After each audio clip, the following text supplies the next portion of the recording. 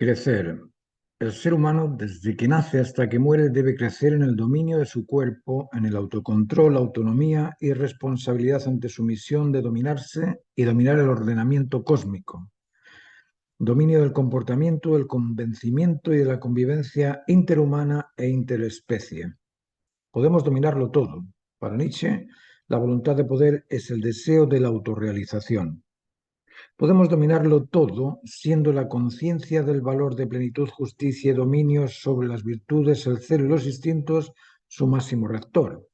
Kant dice, la conciencia moral es la razón práctica que muestra al hombre su deber en cada caso concreto de una ley, absolviéndolo o condenándolo. La mente sensible, cognoscitiva y motivante, la emoción, intelecto y voluntad deben regir los instintos del cuerpo en el establecimiento de los valores afectivos, cognoscitivos y responsables de plenitud, justicia y decencia. El poder mental ha de ser siempre sujeto rector del cuerpo objeto, orientándolo y dirigiéndolo en la consecución del bien común, del sentido común y de la dignidad humana que faciliten el establecimiento de la autoestima.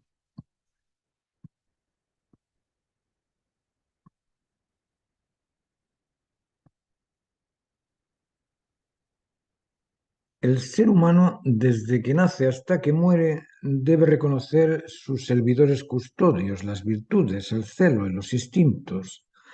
Las virtudes son la prudencia, templanza y firmeza. La prudencia es el servidor custodio de la alternativa válida. La templanza es el servidor custodio de las diferencias. Y la firmeza es el servidor custodio del cumplimiento de los procesos. Virtud, decía Aristóteles, es la capacidad benéfica y por eso honran principalmente a los justos y valerosos. El celo es el servidor custodio de la unidad emocional, servidor custodio de los extremos sensibles, de la sobreprotección e indiferencia. El control de estos extremos es necesario para ajustarse emocionalmente. El celo intelectivo es el servidor custodio de la justa razón. Los extremos de la arrogancia e ignorancia deben ser controlados por el sentido común del individuo. Motivacional, el celo motivacional es el servidor custodio del cumplimiento del deber adecuado. La imposición, la inoperancia negligente deben ser controlados. Como vemos, tanto las virtudes de la prudencia, firmeza y templanza, como el celo emocional, intelectual y conductual deben ser controlados por una conciencia de la plenitud del ajuste, de la justicia y del bien común. El ser humano, desde que nace hasta que muere, debe controlar los instintos de protección, conservación y reproducción. El instinto de protección es el servidor custodio del peligro, alerta mediante la sensación de ansiedad que es un impulso orientado a cuidar y defender, a huir o a enfrentarse, o en el caso de no encontrar salida, nos angustia. El individuo debe controlar la intensidad de ambas sensaciones de ansiedad o de angustia. El instinto de protección nos alerta mediante estas dos sensaciones, de ansiedad ante el peligro, de angustia al sentirse incapaz de salir de él. El instinto de mantenimiento es el servidor custodio de la alimentación, hidratación, ejercicio y descanso. El individuo debe controlar los extremos para ajustarse al mantenimiento natural normado. Y el instinto reproductor es el servidor custodio de la perpetuidad de las especies. El individuo debe superar la tentación del apetito intergenital prematuro para evitar la violación del derecho a la integridad de las personas y evitar también el embarazo no deseado. Es importante centrarse siempre en lo pleno, lo justo y lo completo. El ser humano, desde que nace hasta que muere, debe crecer en el dominio de las virtudes, prudencia, firmeza y templanza, en el control y dominio del celo emocional, intelectual y motivacional, en el control y dominio del instinto de protección, conservación y reproducción, superando la tentación del apetito intergenital prematuro o la violación o el embarazo no deseado o previo a la calificación de dominio determinada por un adulto maduro o por el consentimiento de los afectos vinculantes o vinculados en la reproducción. Siempre centrado en el bien común, en el sentido común y en el ideal común. en pro de la plenitud de lo ajustado o de la razón justa y el cumplimiento máximo del deber necesario. De este modo madura el adolescente y pasa a ser adulto en el autocontrol, en la autonomía y en la autosuficiencia del ser persona. Sin estas facultades de dominio, el ser no califica adulto, es decir, un ser irresponsable, un ser irrespetuoso, un ser imprudente, un ser débil, cobarde, un ser destemplado, un ser incapaz de controlar el instinto alimenticio, un ser incapaz de controlar el instinto de protección, porque es temeroso, cae en las fobias, cae en la estupidez de temer cosas que no tienen sentido porque todavía no le han afectado. Entonces, ¿por qué temer aquello que desconoces o que es ilícito, que es desleal, a la persona, a la pareja, o que es eh, libertino, o que es un violador, o que tiene esa falta de control sobre el apetito intergenital? Esas personas no podemos decir que sean adultos, y menos que sean maduros. Luego, el individuo que crece, una vez establecida esta facultad de dominio, el adolescente recién transformado en adulto está preparado y califica para iniciar su nueva etapa de multiplicación con una mujer también calificada. Ambos se unen en pro del bien común considerando los afectos vinculados consanguíneos o emocionalmente en el establecimiento de una familia funcional normada en consecuencia con las normas naturales. Cuando el marido y la esposa se atienden, entienden y están ambos atentos a las necesidades propias del otro, cuando ambos se seducen con afecto, se persuadan con la razón, se motivan con el ejemplo de lo correcto, la convivencia funciona. Cuando ambos están centrados en el bienestar familiar, en el convencimiento razonable y en el comportamiento responsable, la familia funciona. Cuando alguno de ellos se descontrola, pierde el dominio sobre su posición, se desubica o muestra incontinencia emocional, la familia disfunciona. Familia es el núcleo gestor de la especie, independientemente del postulado particular que cada uno tenga y de los argumentos contrarios al sentido reproductivo. Familia se sobreentiende al momento del establecimiento del vínculo consanguíneo, parento-filial y filioparental de cualquier especie. Yo me atengo a este significado y explico la historia en base a este significado, respetando los argumentos de cada uno, lógicamente, así como también exijo el respeto a mis argumentos. El núcleo gestor familiar o semilla de cualquier especie exige y se compone de la dualidad complementaria y concatenada entre un emisor y un receptor transformador del estímulo al impulso creativo. Incluso el ADN es un compuesto dual de elementos químicos que al juntarse estimula y motiva los impulsos necesarios para el proceso del desarrollo de la información contenida en el genoma. La familia es como una neurona, recibe, procesa y entrega. Y es en ese proceso que exige la dualidad como complemento orientador, comparativo y resolutivo. Dar y recibir son aspectos complementarios de género exigidos por la generación y contenidos en el gene. Normas de convivencia familiar. Una familia funcional se establece en el afecto vincular, en el convencimiento de las normas naturales de comportamiento, atenderse, entenderse y estar atentos a las necesidades del núcleo gestor familiar. 2. Convencimiento, todo acto se debe a la razón que lo declara necesario, consecuentemente todo acto se justifica en una sola razón, la verdadera. El sentido común es la suma de razones verdaderas, el porqué y el para qué de las cosas. Tercero, convivencia. Seducir con afecto los unos a los otros, persuadir con la razón verdadera los unos a los otros y motivarse con el ejemplo de lo correcto los unos a los otros, además de reconocerse conectivos, complementos duales, dominados por el valor absoluto, opuestos al desorden, cumpliendo un proceso en 3 etapas con una finalidad específica, la finalidad de realizarse humanos.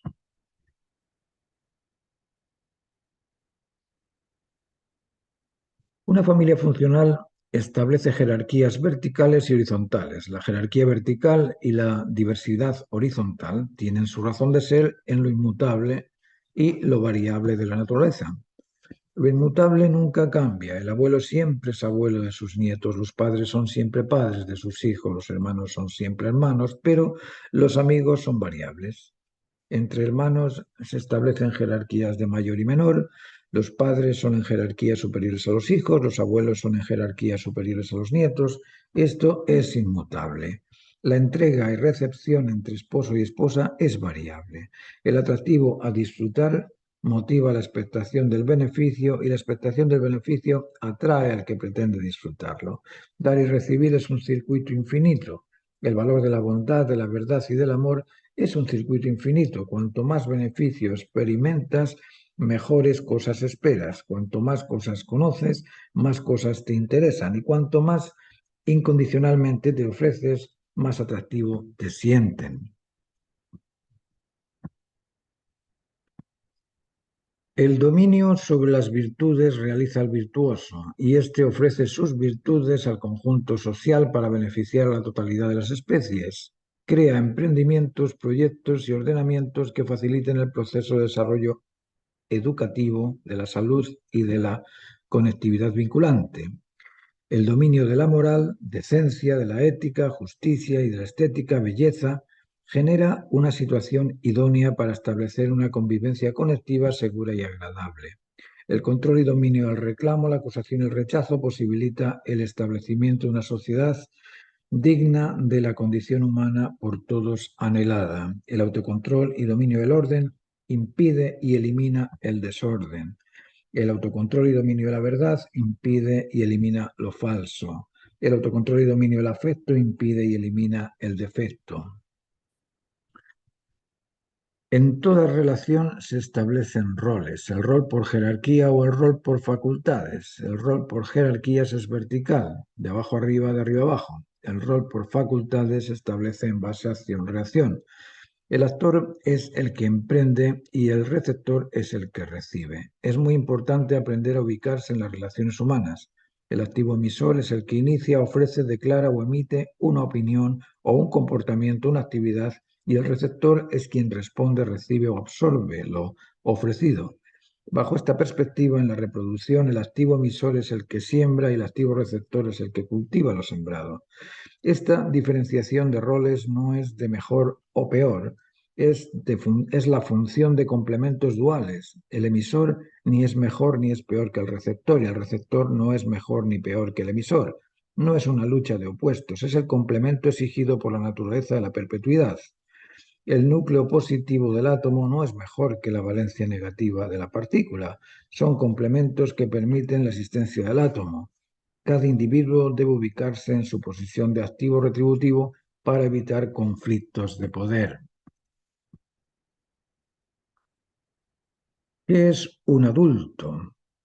Adulto maduro es quien responde incondicionalmente ante el máximo deber necesario.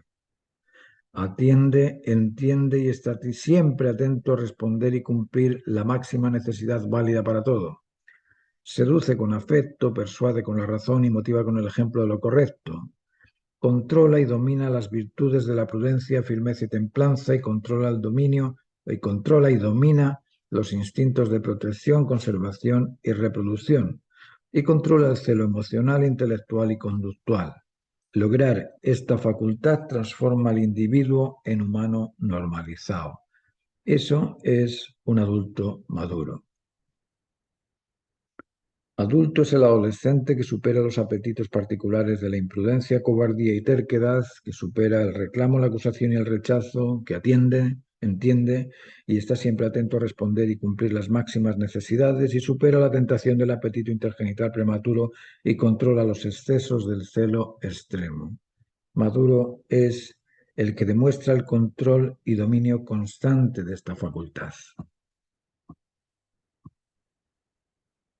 El adulto maduro responde incondicionalmente ante el máximo deber necesario, es incondicional ante cualquier deber, reacciona como cualquier otra especie ante una necesidad inmediata, responde, atiende, entiende y está siempre atento a responder y cumplir la máxima necesidad válida para todo.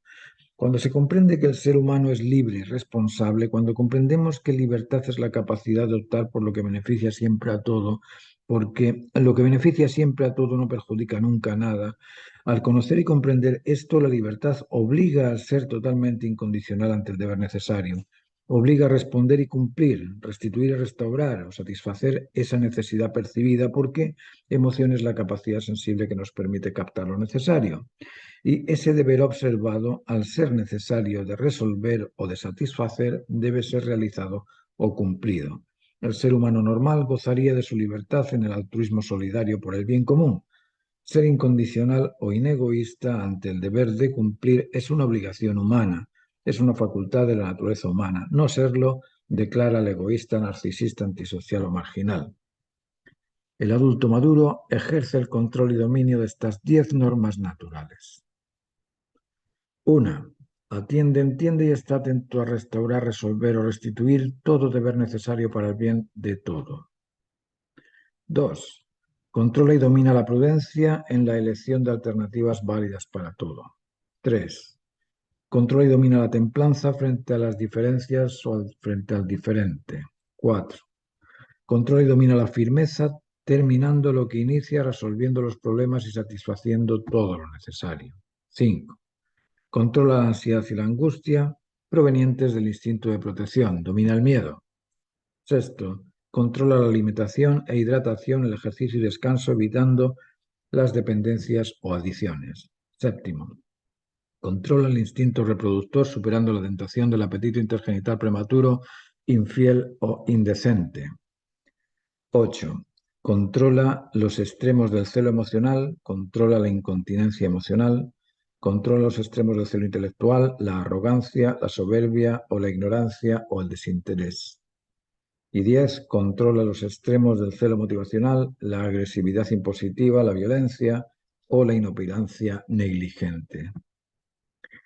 Estas 10 normas fundamentales de la naturaleza humana las practica, controla y domina desde la infancia hasta su deceso físico. Si analizamos los 10 mandamientos de Moisés y los complementamos con estas normas, veremos a adultos maduros. Amarás a Dios sobre todas las cosas. Es algo indefinido, puesto que Dios no es significado, no se explica qué es Dios. No tomarás el nombre de Dios en vano, es indefinido. ¿Qué significa no tomar el nombre de Dios en vano? Santificarás las fiestas en nombre de Dios. No se significa qué fiestas, cuáles. Honrarás a tu padre y a tu madre por sobre todas las cosas. Esto sí se significa. Honrar a los padres es obligatorio. No matarás significa que en caso de ser atacado se debe uno entregar. ¿Valdría defenderse o no? No está claro tampoco. No cometerás actos impuros, tampoco se define qué es puro o qué es impuro. Se sobreentiende, pero no se precisa. No robarás, tampoco se especifica la diferencia entre posesión o pertenencia. Robar lo que tiene o robar lo que posee. No dirás o no darás falso testimonio ni mentirás. Bien claro, esto está clarísimo. No consentirás pensamientos ni deseos impuros. Como antes dije, no se explica la pureza. Y no codiciarás los bienes ajenos. Según esto, el emprendimiento competitivo o la ambición califican también. Estos 10 mandamientos no son suficientes para establecer al adolescente en maduro. Decimos que el adulto maduro es quien seduce con afecto. Decimos que el adulto maduro es quien seduce con afecto, persuade con la razón y motiva con el ejemplo de lo correcto. Este es el atractivo que todo espera en un ser humano.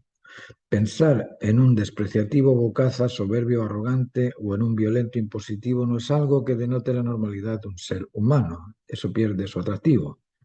El adulto maduro controla y domina las virtudes de prudencia, firmeza y templanza, y controla y domina los instintos de protección, conservación y reproducción, y controla el celo emocional, intelectual y conductual.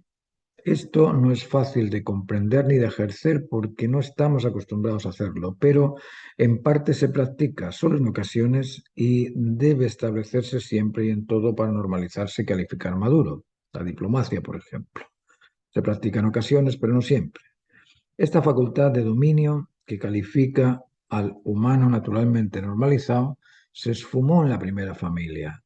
No es necesario pensar en los datos bíblicos del Génesis para comprenderlo. Voy a poner un ejemplo de constante abandono de posición e inversión de dominio que se viene practicando sin que comprendan los trastornos derivados de esta conducta. Pensemos por un momento en lo que ocurre cuando dos adolescentes caen en la tentación del apetito intergenital prematuro y consentido tienen un embarazo no deseado.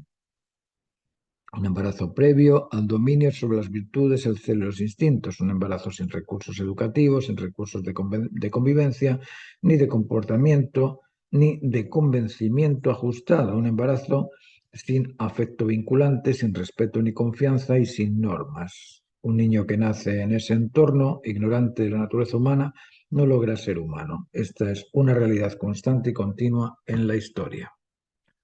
Padres insuficientes, inseguros e insatisfechos crean hijos insuficientes, inseguros e insatisfechos.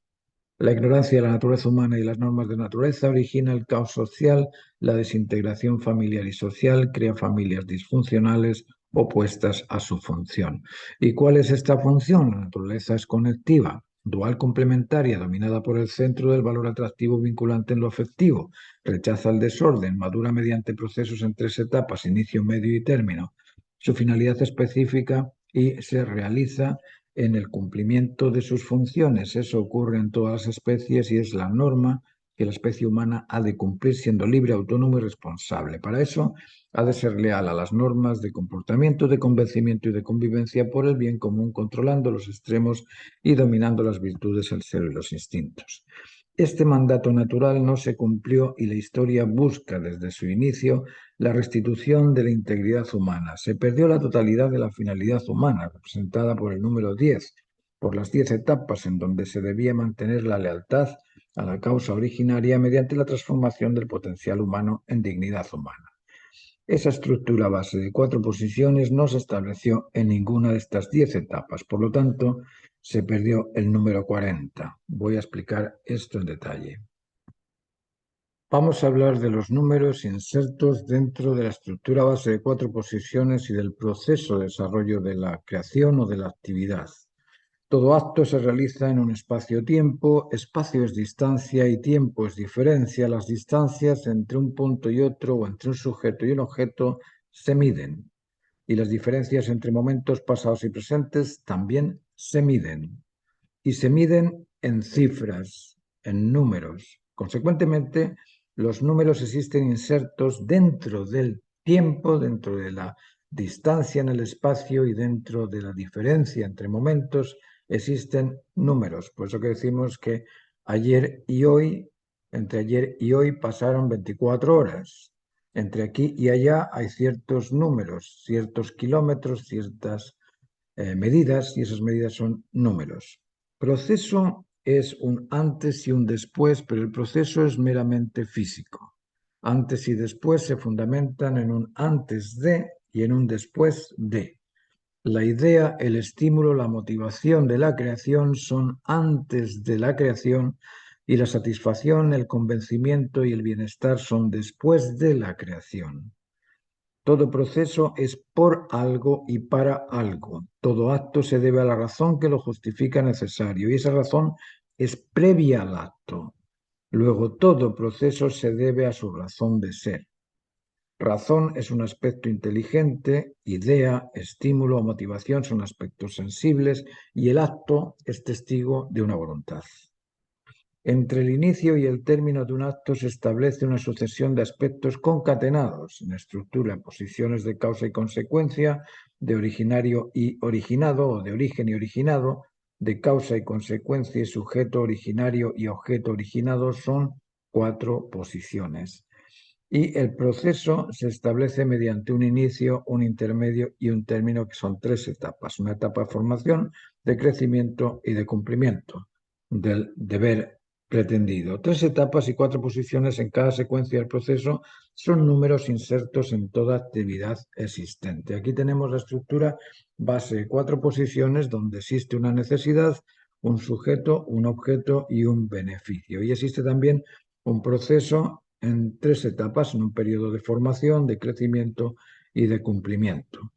Esas 4 posiciones de necesidad, sujeto y objeto sumadas a las 3 posiciones nos dan números. Para que se cumpla cualquier acto es necesario un proceso en 3 etapas de formación, crecimiento y cumplimiento, y cada una de estas 3 etapas a su vez tiene una etapa inicial, intermedia y final que sumadas nos da 9 estratos necesarios para cualquier proceso de desarrollo de cualquier actividad. Pero el proceso solo se establece al ser cumplido y esa etapa del cumplimiento ya no es la 9, es la 10.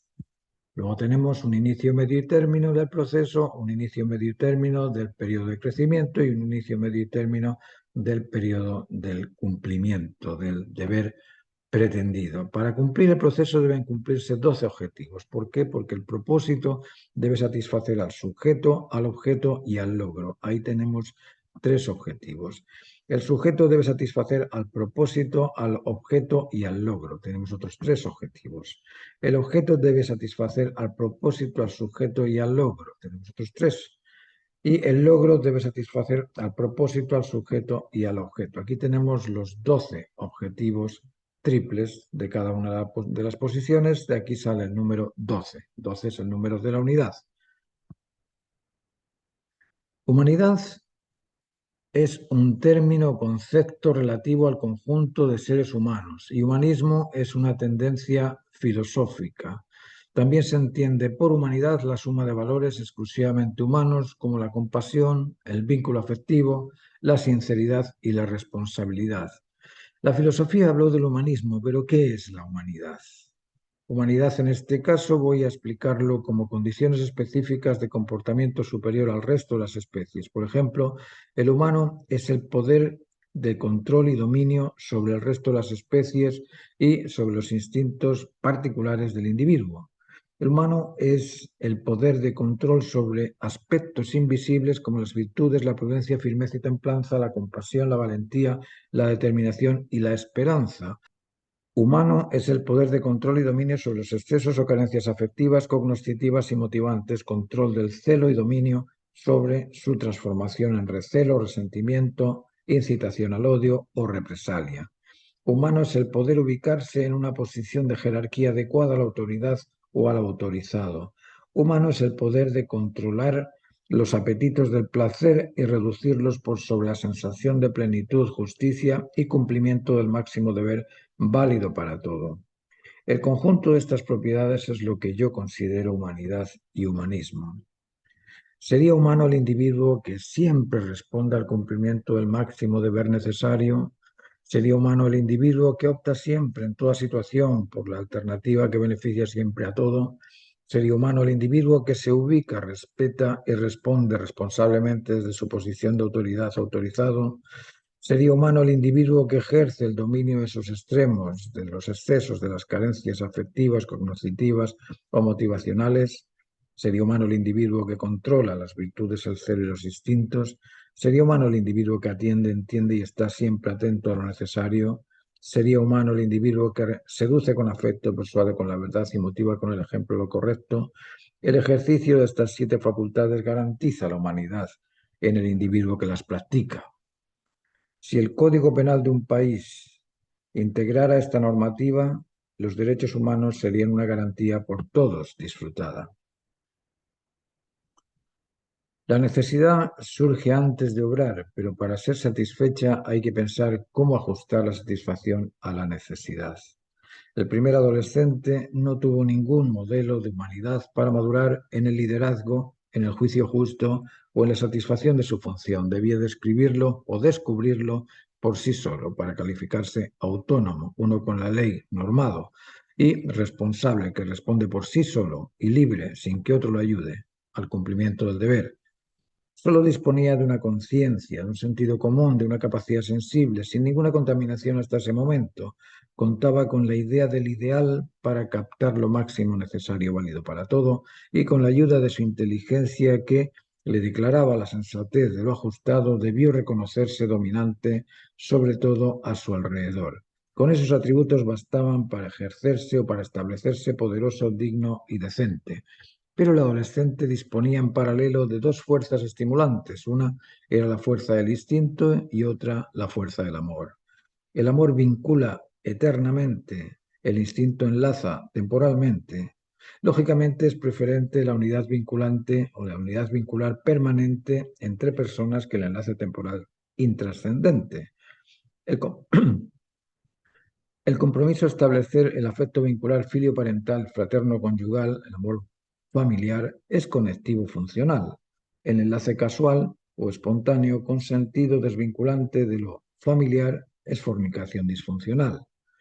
El primer adolescente, en un momento de su proceso de desarrollo, se vio ante la disyuntiva de o copular con su pareja en ese instante sin esperar a comprender las consecuencias, o esperar y ejercer el dominio del instinto del celo hasta descubrir las consecuencias que se derivan de optar por la alternativa de copular ignorante de sus consecuencias. Si decidía esperar a pensar, controlaba las virtudes prudencia, firmeza y templanza, controlaba los apetitos del instinto y ejercía el dominio del celo. Calificaba adulto. Si decidía copular, perdía su dignidad e identidad. Piensen en la importancia de detenerse un instante ante la opción a tomar, ese instante de discernimiento ante una alternativa de la importancia copular vale no solo una vida, vale la historia de una descendencia. Decimos que libertad es la capacidad de optar por lo que beneficia siempre a todo. Si el primer hombre, si Adán, hubiera descubierto las consecuencias de su copular, habría optado por la alternativa válida y se habría hecho libre, autónomo y responsable. En el origen de la historia humana, el primer adolescente crecía regido por dos fuerzas, la fuerza del afecto y la fuerza del instinto.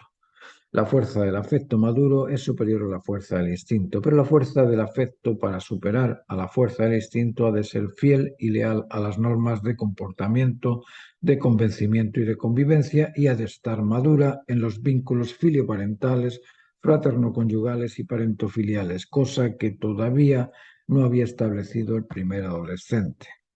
El humano originario carecía de ese nivel de desarrollo afectivo, por lo tanto la fuerza del instinto era en su adolescencia más fuerte en él que la fuerza del afecto, aún sin establecer.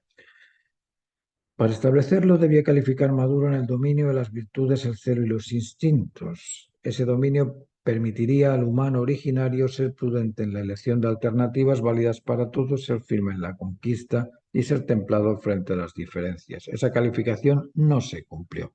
El apetito intergenital prematuro se tomó la posición dominante y el humano originario perdió la noción del afecto maduro.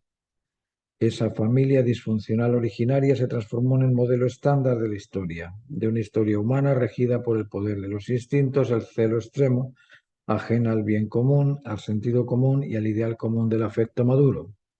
La historia humana es la suma de sucesos regidos por el recelo y los instintos derivados del error adolescente del primer humano originario. Esa es la razón por la cual la naturaleza humana carece del prototipo estándar de humanidad particular, familiar y social.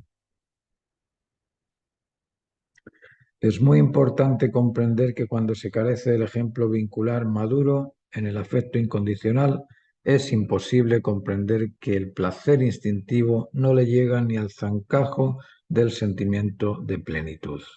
El placer instintivo no tiene ni comparación con el respeto mutuo entre complementos, con la confianza plena, con el vínculo afectivo, en la fidelidad y al valor de plenitud, justicia y bienestar familiar y leal a las normas de comportamiento, convencimiento y convivencia naturales. El placer del apetito intergenital prematuro ni se compara con el sentimiento de plenitud del vínculo afectivo establecido con la aceptación y consentimiento familiar del adolescente que se establece adulto y goza del primer y único amor puro. El coito prematuro o inmaduro solo genera vergüenza, acusación, reclamo y rechazo de toda tu descendencia, a la que nunca podrás llamar normada o normal. Cuando los padres son inmaduros, los hijos no disponen de verdaderos padres adultos, no califican suficientes, seguros ni dignos, no son dignos de lo que no han cumplido. No debes responder nunca a ninguna proposición que sientas insegura. El primer adolescente pasó por la etapa de ser infante, joven y en esa etapa de ser joven, primer adolescente Pasa por un periodo sensible al desarrollo de las conductas normales, orden en el comportamiento, respeto y responsabilidad entre 1 y 7 años. Entre los 7 y 14 es un periodo sensible al reconocimiento de la razón constante e inmanente, al convencimiento de las normas, a la confianza. Y la tercera etapa es un periodo sensible al desarrollo vincular afectivo, prefamiliar, filioparental, fraterno-conyugal, el afecto incondicional. El modelo familia natural, filioparental, fraterno-conyugal y parentofilial madura en el afecto, en la razón, en el cumplimiento responsable del dominio sobre las virtudes, el celo y los instintos. No se cumplió. No se cumplió porque el joven en su periodo adolescente, en su periodo preadolescente, entre los 12, entre los 10 y 12 años, creó un estado de ignorancia del modelo de familia natural original madura. Ese niño perdió la actitud incondicional en el afecto. ¿Por qué? Porque condicionó el afecto, su actitud particular. El primer originario masculino crecía naturalmente en un medio natural con los recursos naturales necesarios para hidratarlo, alimentarlo y cobijarlo, con una temperatura adecuada, luz y aire limpio. Disponía de todo lo necesario para vivir ayudado por sus servidores custodios, es decir, por las virtudes, los instintos y el celo. Se cobijaba, comía y bebía y ejercitaba y descansaba como cualquier otro ser vivo. Descubría y se convencía de lo observado y poco a poco su estimulación afectiva fue despertando el apetito por su complemento genital. El apetito atrajo la pretensión a disfrutar el beneficio de su estimulación afectivo-genital. El atractivo genital se enfrentaba a la conciencia vincular aún inmadura. La conciencia alarma al joven de las posibilidades genitales y duda ante las consecuencias aún no conocidas. El intelecto de la conciencia no se convence de lo que no reconoce, lo duda. Esta duda o alarma ante la posibilidad de errar debió ser reconocida por la conciencia del joven y debió detenerse a pensar en las consecuencias en esa edad entre 10 y 12 años. 10 es el número del establecimiento del proceso, 12 es el cumplimiento de la unidad. Esos números no se establecieron en su naturaleza original. La primera familia disfuncional original perdió la lealtad al ideal humano originario. Tanto el número 10 como el número 12 son los primeros pasos a establecer en la consecución de cualquier acto, es decir, son los números base de lo absoluto, todo de cumplirse en base al establecimiento de estos dos números, el 12 y el 10.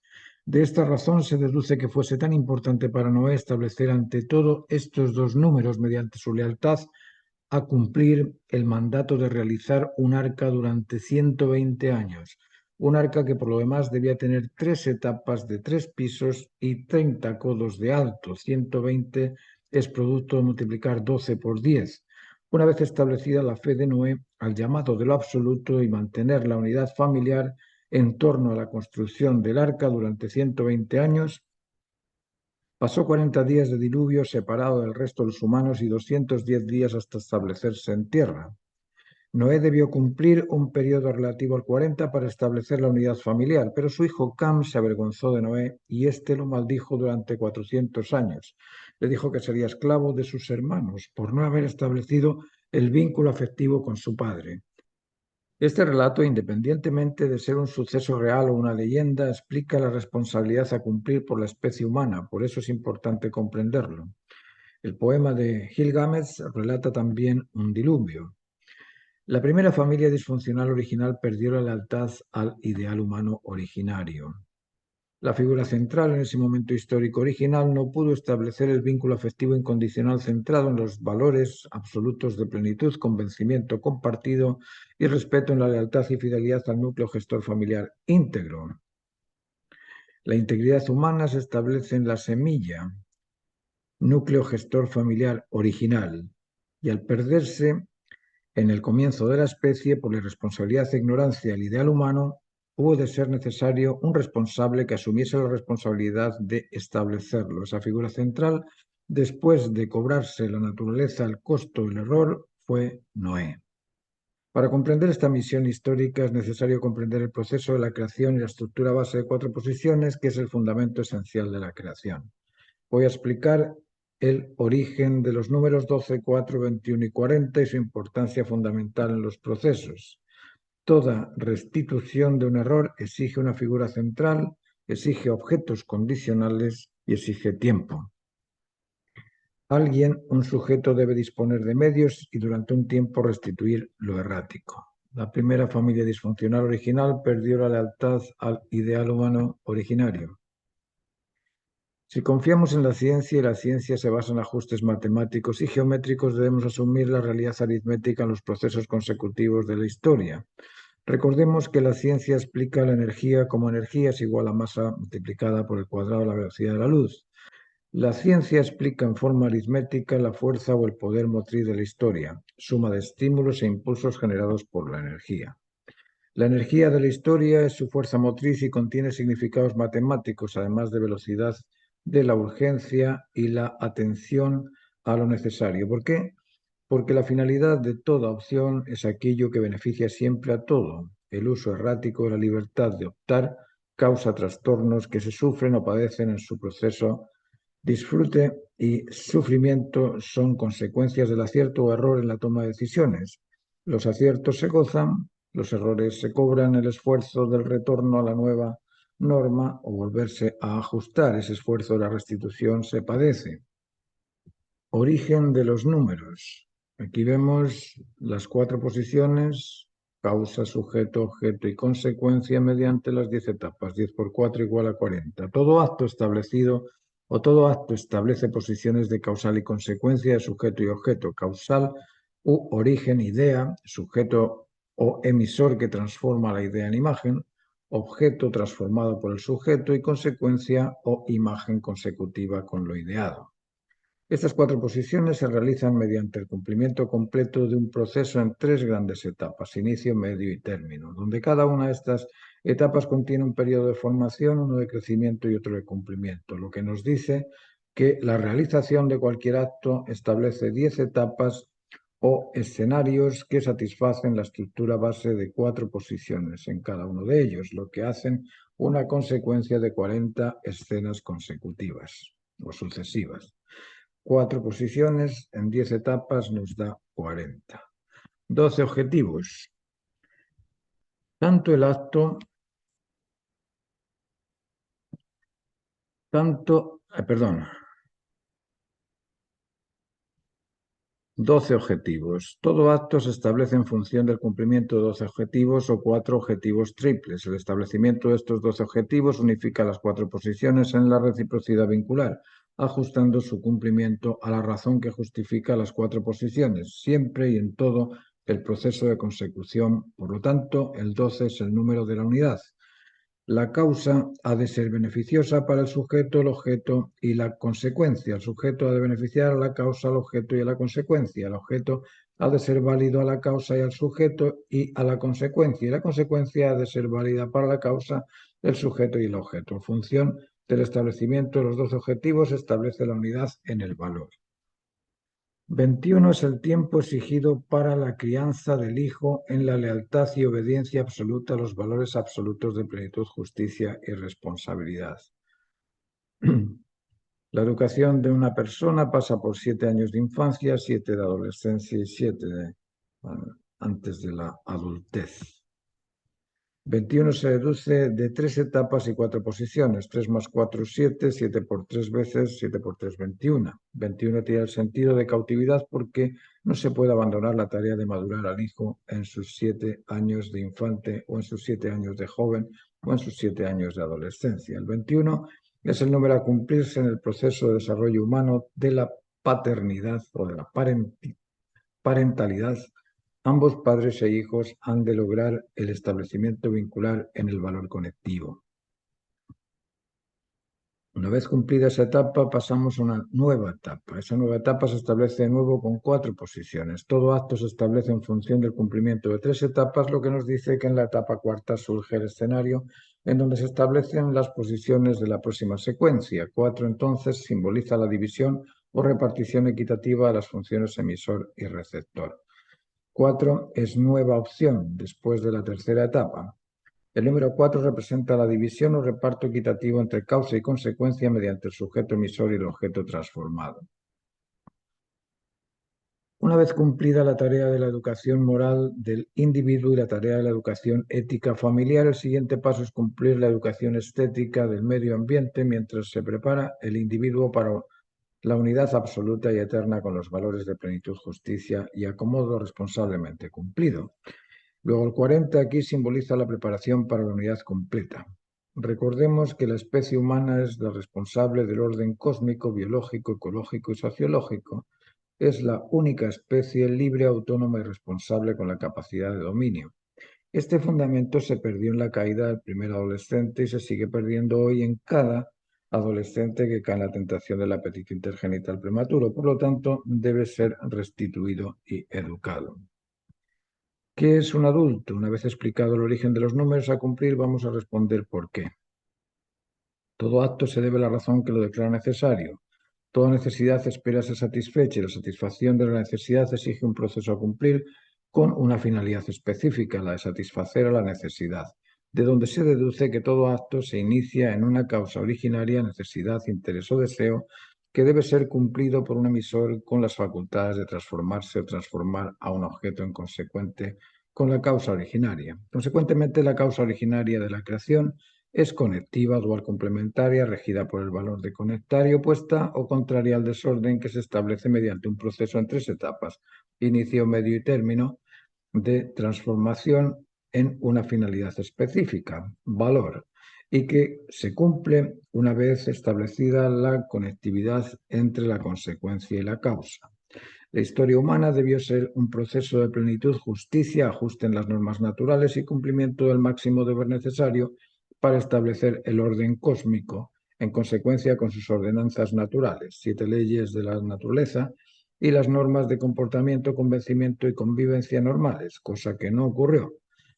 Vamos a ver cómo se fue dando la historia de las circunstancias que benefician dicho ordenamiento y cómo se perdieron, confundieron y dirigieron en sentido contrario. Una figura central ha de responsabilizarse por restituir el artificio errático generado por la tradición ajena a las normas naturales. Dicha figura central aparece en un ambiente preparado. La naturaleza de la creación se cobra en el tiempo relativo al proceso completo del número 40, tiempo y ambiente preparado por la sensibilidad humana. Ese tiempo se paga, lo cobra la naturaleza hasta que se establece un ambiente en el que puede surgir una figura central que tiene en sus manos la posibilidad de acercarnos o de alejarnos de la normalidad. Deber es una obligación inapelable, ineludible. El deber alimentarse es inapelable, el deber hidratarse es inapelable. Los instintos responden de manera ineludible al cumplimiento de sus específicos deberes. Apetito es una decisión particular. El apetito de beber puede acelerarse o postergarse, pero es inevitable. El apetito por alimentarse es postergable, pero inevitable también. El deber ser afectuoso es inevitable para evitar la carencia de afecto. El deber ser sincero y ajustado en la razón válida es inapelable para el establecimiento de la seguridad. El deber ser responsable es inapelable para ganarse el respeto y la dignidad. Deber es el sujeto y apetito es el objeto. Entre deber y apetito existen la sensibilidad, el conocimiento y la motivación. Emoción, intelecto y voluntad, capacidades estas que deciden entre uno u otro. Derecho es el beneficio derivado del cumplimiento de un deber. La licenciatura en medicina te da derecho a decirte médico.